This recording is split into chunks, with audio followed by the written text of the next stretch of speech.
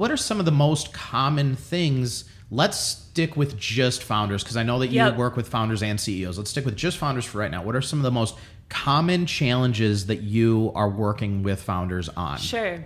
So the first one comes to mind.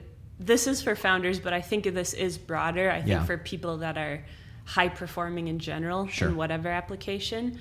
And it might sound kind of funny at first, but it's actually the issue is people struggling to be kind to themselves. Okay. So I want to explain this a little bit more. So actually a lot of analogies I use are starting with parenting, because those actually I think flow into healthy leadership, and then in how we parent or lead ourselves.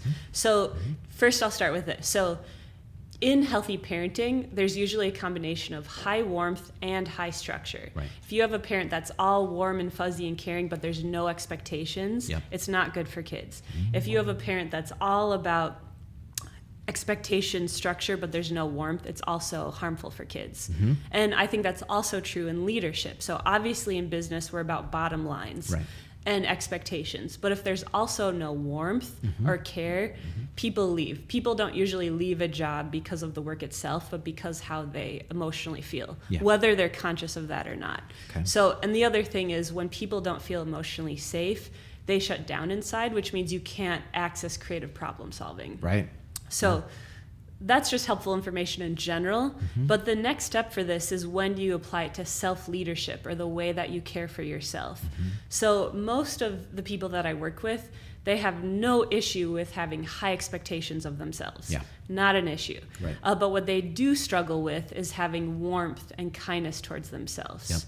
They're not able to actually treat themselves the way that they would treat other people. So it's not about becoming soft on yourself. It's not lowering your expectations. It's about having more self-compassion. And that's not just a fuzzy thing. It's actually neurologically. I talk about this more in that training, I believe. But as soon as you get frustrated with yourself for messing up again or not having this down already, you actually take yourself out of the window and you're in a frozen state where you can't move forward. So it's actually counterintuitive in a way. That the picture I'm thinking of in my brain is if a little kid came up to me and yanked my hair, my knee-jerk reaction would be to pull away. But if I was to actually lean into it, I could maneuver myself out with less pain. And it's kind of similar to that, rather than because for a lot of founders, here's the thing, is you can get so far with cracking the whip on yourself, and that's actually how a lot of people get to where they're at. Is they kind of punish themselves in a way, or I just got to work harder.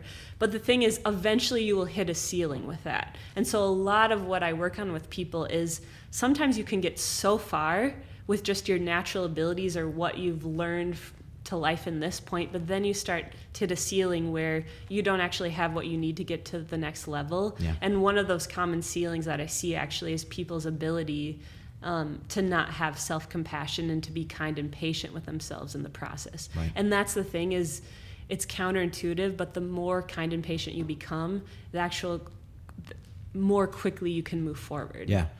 That's great, right? You see a lot of articles and people on social media talking about the importance of having great leaders, right? And how people don't quit jobs, they quit bad leaders, right?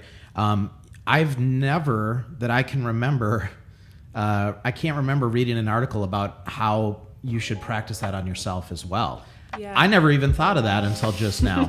I've just been in the process of making my first hires at my company, and I'm trying to determine the how we're setting the baseline right now of what it's going to be like to work here. What is the experience going to be here? I want to make sure that I'm giving people praise when praise is due. I want to make sure that everybody feels welcome and like they're doing what they're supposed to be doing. I haven't given a single thought to making sure that I'm telling myself the same thing.